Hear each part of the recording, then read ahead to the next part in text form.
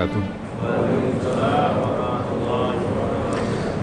A'udzu billahi minasyaitonir rajim. Bismillahirrahmanirrahim. Alhamdulillah rabbil alamin. Allahumma shalli ala Muhammad wa ala ali Muhammad. Rabbana zalamna anfusana wa illam taghfir lana wa tarhamna lanakunanna minal khasirin. Rabbi shrah li sadri wa yassir li amri wahlul 'uqdatam min lisani yafqahu qawli. Amin amin ya rabbal alamin. Hari ini kita akan belajar satu kata di dalam surat Al-Imran. Silahkan dibuka surat ketiga di dalam Al-Quran, karena satu kata ini menjadi sangat penting sekali untuk kita memperdalam maknanya, sehingga sikap kita, pola pikir kita akan insya Allah akan jauh lebih bijaksana lagi ketika kita menerima perbedaan. Karena belakangan kan ada satu ustadz yang di sosial media kemudian dikutip bacaan Qur'annya dikatakan tidak tepat dan segala macamnya, kemudian dikritik di sosial media dan disebarluaskan. Kita akan belajar dari Al-Quran gimana sebenarnya yang harus kita lakukan. Silakan di surat ketiga, surat Al-Imran, ayatnya 104.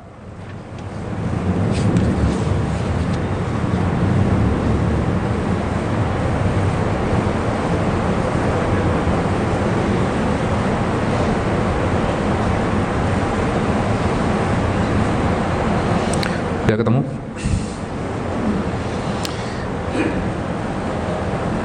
A'udzu billahi minasyaitonir rajim. Bismillahirrahmanirrahim. Wal takum minkum ummatun yad'una ilal khair wa ya'muruna bil ma'ruf wa yanha 'anil munkar wa ulaika humul muflihun. Dan hendaklah di antara kamu ada segolongan orang yang menyeru kepada kebajikan, menyuruh berbuat yang ma'ruf dan mencegah dari yang mungkar, dan mereka itulah orang-orang yang beruntung. Kalau kita lihat aslinya dalam bahasa Arabnya,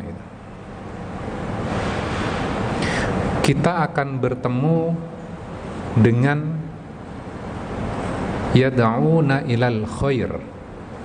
Kalau kita lihat, kalau para jamaah sekalian akan ketemu di bawahnya, kalau ada terjemahan perkata, khair di situ diterjemahkan sebagai kebaikan.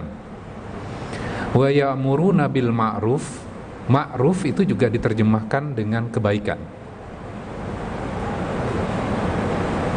Ada yang punya ya? Nah, tentunya kata yang berbeda dalam bahasa Arab ini tepat nggak ketika kita terjemahkan dengan satu kata dalam bahasa Indonesia?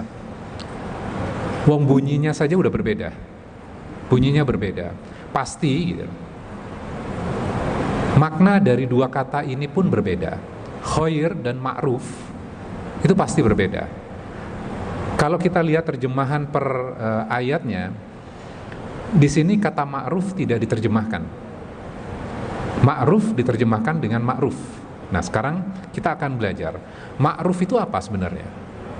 Nah, kita hanya belajar satu kata ini saja, ma'ruf. Ma'ruf itu apa? Ma'ruf itu asal katanya dari kata urf. Maknanya apa?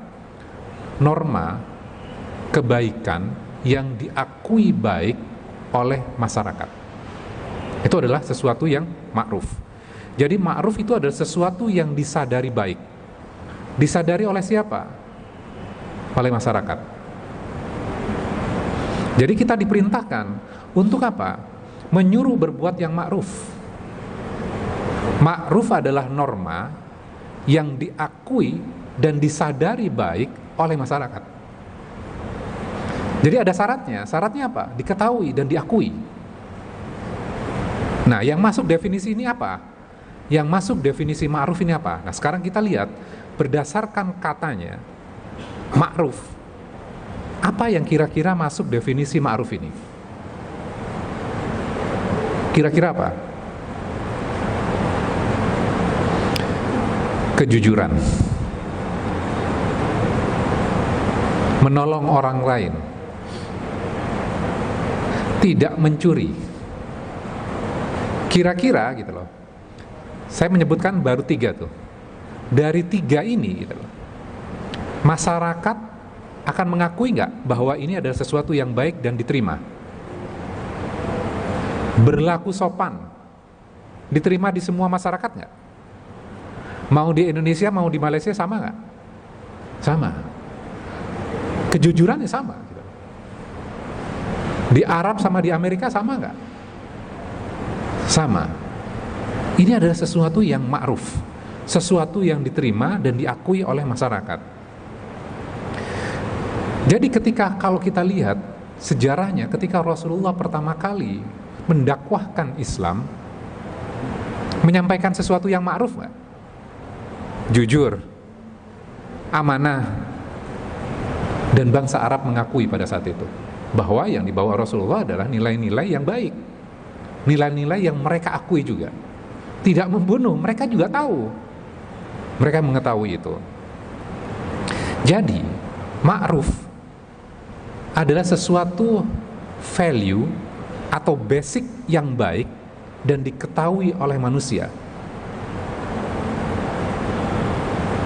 Ma'ruf bukan sesuatu yang detail dalam sebuah hukum, termasuk dalam hukum Islam. Nah, kadangkala kita seakan-akan menegakkan yang ma'ruf, tapi itu bukan masuk definisi ma'ruf. Contohnya misalnya, ada seseorang yang tidak tahu kaitannya dengan sebuah hadis. Ada orang yang baru belajar yang kaitannya dengan sebuah hadis.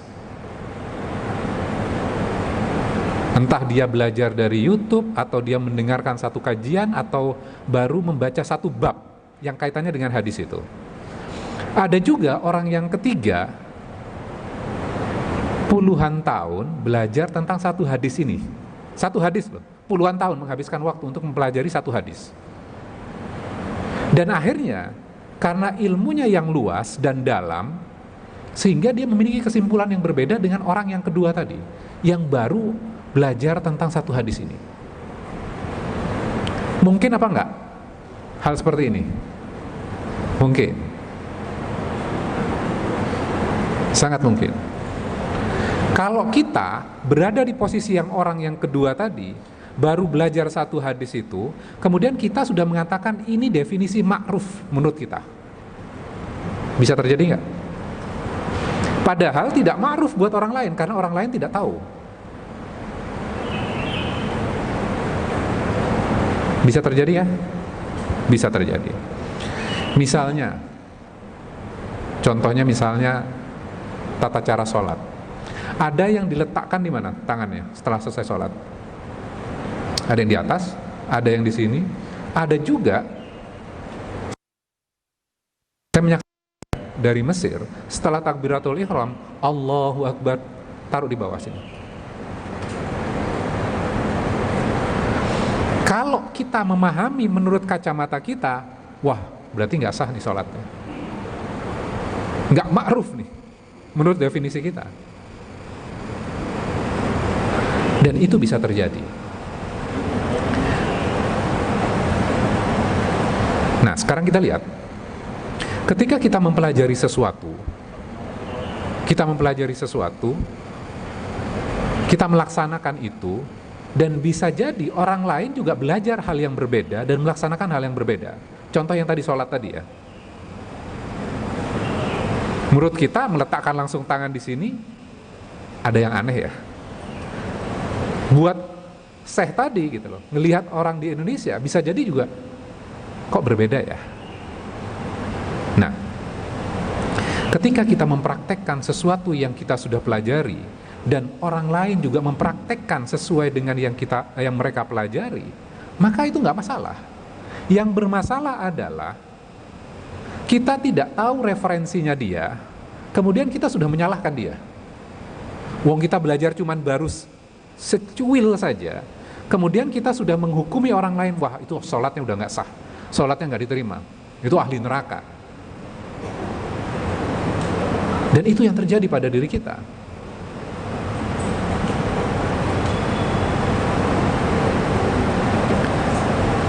Tanpa kita tahu beliau belajarnya dari mana, gurunya siapa, berapa kitabnya, kitab apa,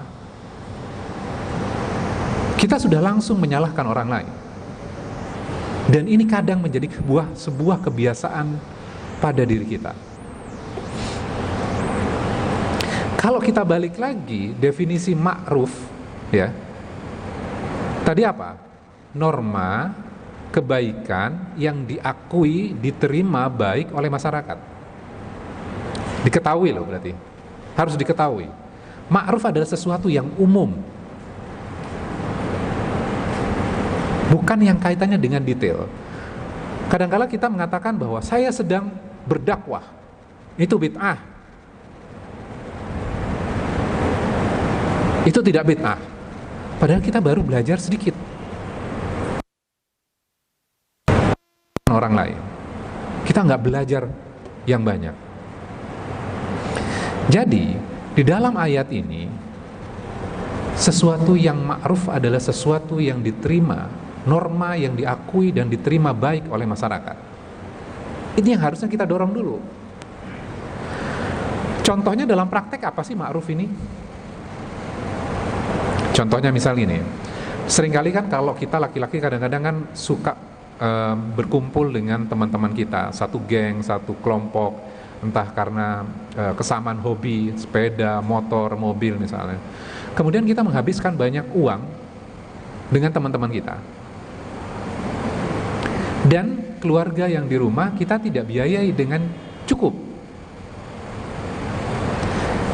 Kira-kira ini ma'ruf atau bukan? Bukan.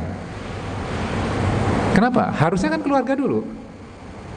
Ketika dia menghabiskan banyak uang dengan teman-temannya dan dia tidak membiayai keluarganya, menelantarkan keluarganya, berarti dia bukan melakukan yang ma'ruf. Loh, kan saya bersedekah dengan teman-teman saya. Itu bukan hal yang ma'ruf. Karena orang tahu harusnya keluarga dulu. Oke. Contoh yang lain. Kadangkala dalam sebuah keluarga ada keluarga yang ayahnya salah. Ada juga ibunya salah. Kemudian kita menyalahkan dan mengoreksi dia dan mempermalukan di depan umum. Ini sesuatu yang ma'ruf nggak? Tidak. Ada kesopanannya di situ. Ketika dia mempermalukan orang tuanya di depan umum, maka itu bukan definisi ma'ruf. Walaupun katakanlah seorang ibu ini dia memang benar salah. Dia melakukan sebuah kesalahan. Jadi ada tata caranya untuk menegakkan yang ma'ruf.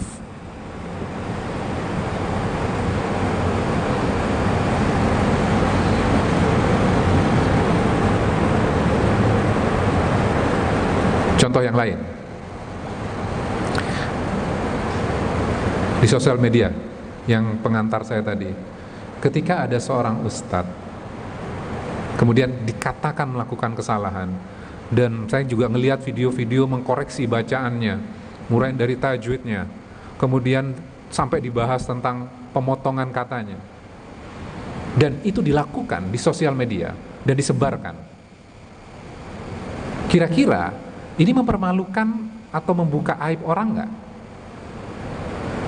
Sampai judulnya saja diberikan nama si ustadz itu.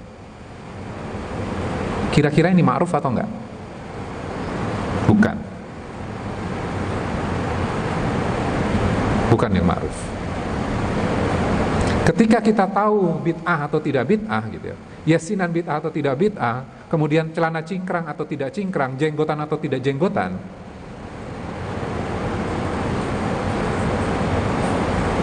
kemudian kita mempermalukan orang lain di depan publik, di depan umum, kira-kira itu ma'ruf atau bukan? Bukan.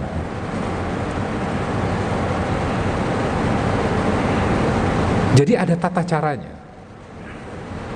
Harusnya yang dilakukan apa? Mendatangi secara pribadi. Kalaupun kadang-kadang kan kita langsung saja, Ustadz itu salah. Kita tidak tanya dulu kenapanya, referensinya apa.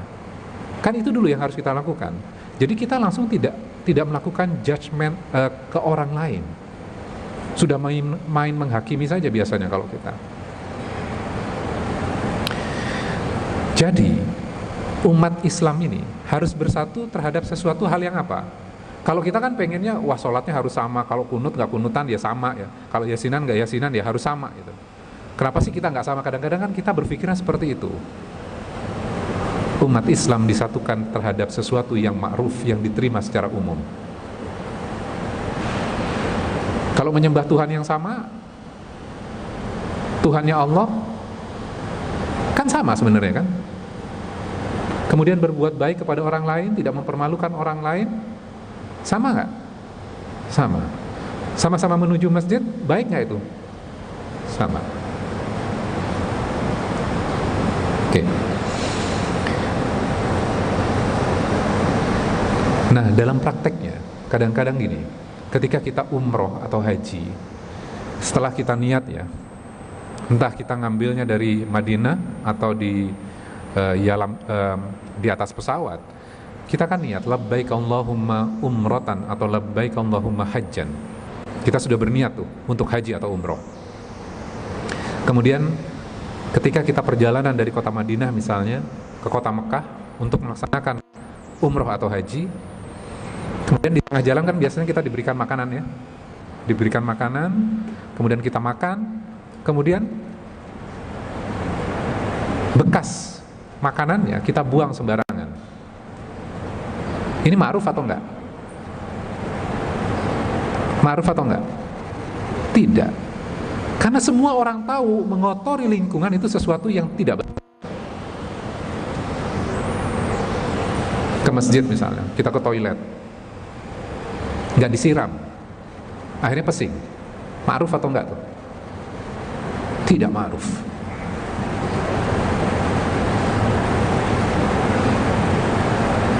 Ayat ini memberikan perintah kepada kita, menyuruh berbuat yang ma'ruf, termasuk diri kita.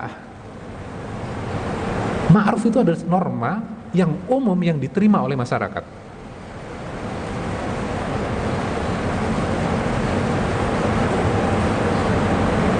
Sampai sebuah contoh yang menarik dan dikupas juga gitu loh.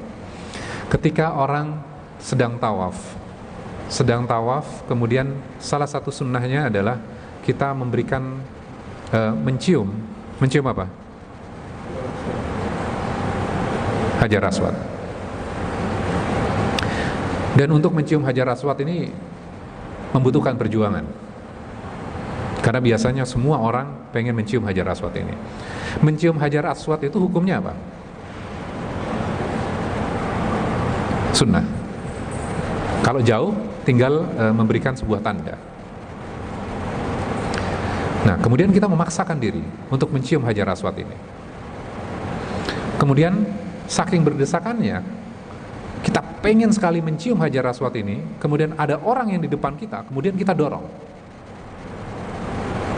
Kita maju lagi dan kita dorong orang lain lagi. Ada orang tua, wah ini gampang untuk digeser, kemudian kita geser orang tua ini. Ma'ruf nggak? Tidak. Menyakiti muslim, saudara muslim, hukumnya apa?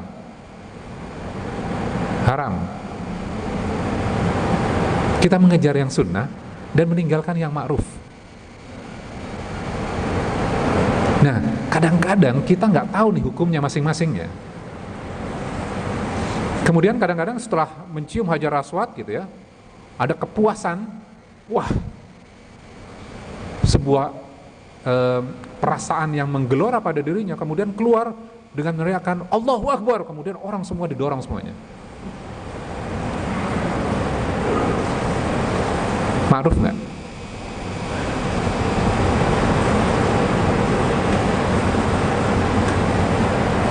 Nah, ini yang harus kita evaluasi ya. Bagaimana Al-Quran mendidik kita untuk menegakkan dan menyuruh manusia untuk menegakkan yang ma'ruf. Seringkali ini kita fokus kepada yang detail dan meninggalkan yang umum. Kita bahas tentang sarung yang di atas atau di bawah lutut, celana yang di bawah atau di atas, atau tidak jenggotan. Cara sholat kita belajar detail, namun kita melupakan sesuatu yang umum.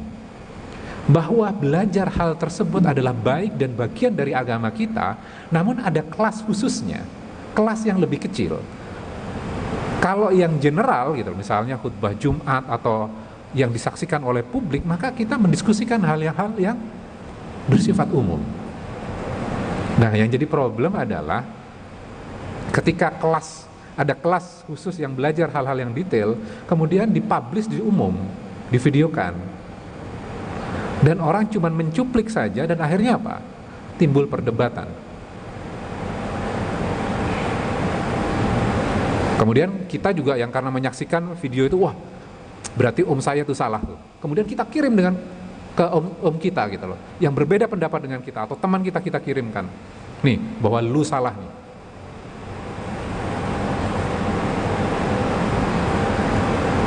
Mempermalukan orang lain, menjatuhkan orang lain. Kadangkala yang terjadi adalah hal seperti itu. Akhirnya apa? Orang lain itu kita jatuh nggak terima, kemudian dia mengutip Quran, dia mengutip hadis juga. Akhirnya apa? Saling adu argumentasi. Yang awalnya tujuannya adalah menyampaikan kebenaran, namun akhirnya apa? Egonya yang naik.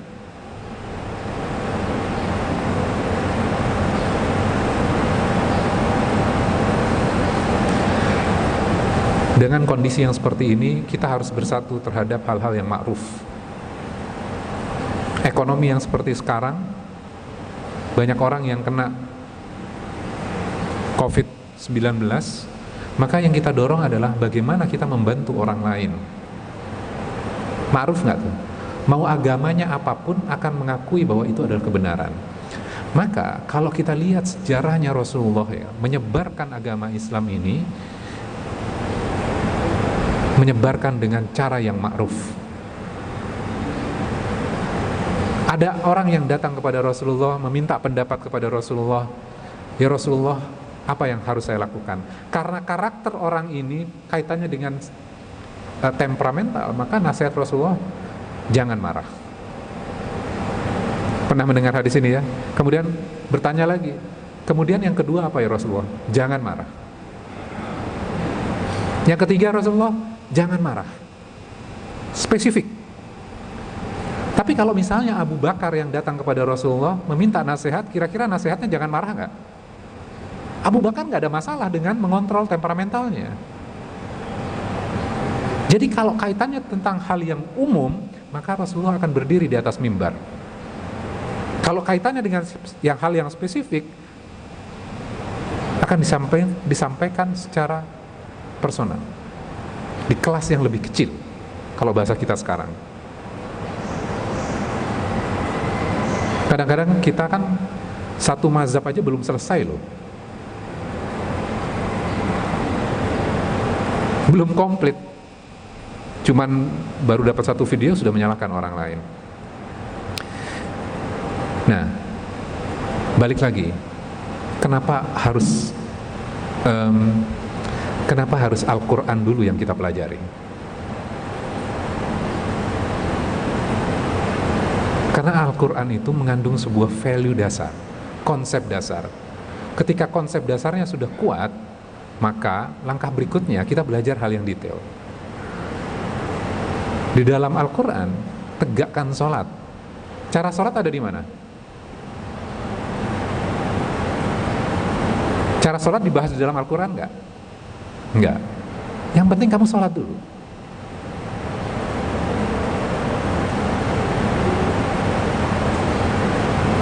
Makanya pentingnya kita kembali lagi kepada Al-Quran. Supaya apa? Supaya kita itu bersatu. Kalau kita gontok-gontokan masalah celana cingkrang atau enggak cingkrang, jenggot atau enggak jenggotan gitu loh, dan kalau non-muslim melihat kita, kira-kira mereka akan tertarik kepada Islam enggak? Tidak tertarik. Kerjaan orang Islam itu berantem mulu. Masalah gituan doang, panjang urusannya. Masalah jilbab yang segini atau panjang masih dipermasalahkan. Setiap orang di dalam Al-Quran kan tutupilah, ya kan? Maka setiap orang berproses, berprogres. Nanti insya Allah minggu depan kita akan belajar kembali. Ada satu kata lagi yang penting. Hari ini cukup kita belajar kata ma'ruf. Dan berbeda dengan khair. Ma'ruf, kita belajar satu kata ini saja gitu loh. Ini baru satu kata loh ya. Kira-kira ini akan merubah cara pandang kita nggak ketika kita melihat sesuatu? Akan berbeda. Bahwa penting untuk kita belajar detail, ya ada kelasnya. Dan tidak perlu kita menyalahkan orang lain. Ketika kita mempraktekkan hal tersebut, oke, kita praktekkan. Dan orang lain berbeda dengan kita, nggak masalah juga. Kalau kita pengen tahu, ya datangi secara pribadi, nanya. Saya pernah kejadian di sebuah masjid, karena orang tuanya orang tua sepuh mungkin ya. Ketika qomat gitu ya, dia ambil mic gitu ya, harusnya menghadap kemana kalau qomat? Ke kiblat. Nah dia ke jamaah gini, Allahu Akbar, asyhadu an la ilaha illallah. Kemudian ada satu orang yang pengen mengoreksi dengan berteriak, kiblat, kiblat. Kira-kira orang ini akan malu gak ya?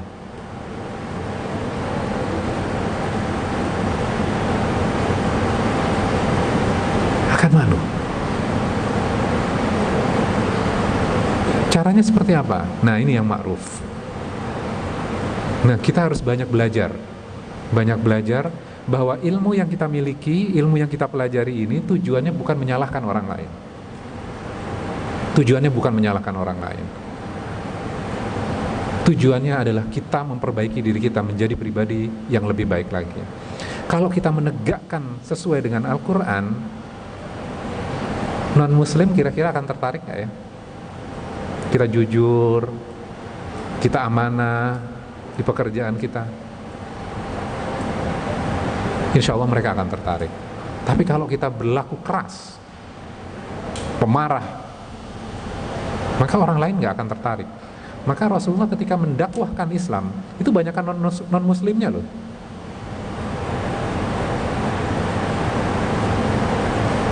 Benar gak? Banyakkan non-muslimnya. Maka mereka tertarik dengan akhlak yang Rasulullah lakukan. Nah, harusnya ini yang harus kita lakukan. Mudah-mudahan Allah memudahkan kepada kita untuk terus bisa memahami Al-Quran ini, dan mudah-mudahan Allah juga memudahkan kepada diri kita untuk menjalankan Al-Quran ini dalam kehidupan sehari-hari, dan Allah mudahkan juga untuk kita mengajarkan kembali Al-Quran ini terhadap keluarga kita, kepada istri kita, kepada anak kita, kepada keluarga besar kita, kepada orang-orang yang dekat kepada diri kita. Dan mudah-mudahan Allah juga mengampuni atas segala dosa-dosa yang sudah kita lakukan. Ternyata masih banyak hal yang tidak sesuai dengan Al-Quran. Mudah-mudahan Allah ampuni semuanya. Amin amin ya rabbal alamin. Kita tutup dengan doa kafaratul majelis. Subhanakallahumma wa bihamdika asyhadu an la ilaha illa anta astaghfiruka wa atubu ilaik. Mohon maaf jika ada yang kurang berkenan. Wabillahi taufiq wal hidayah.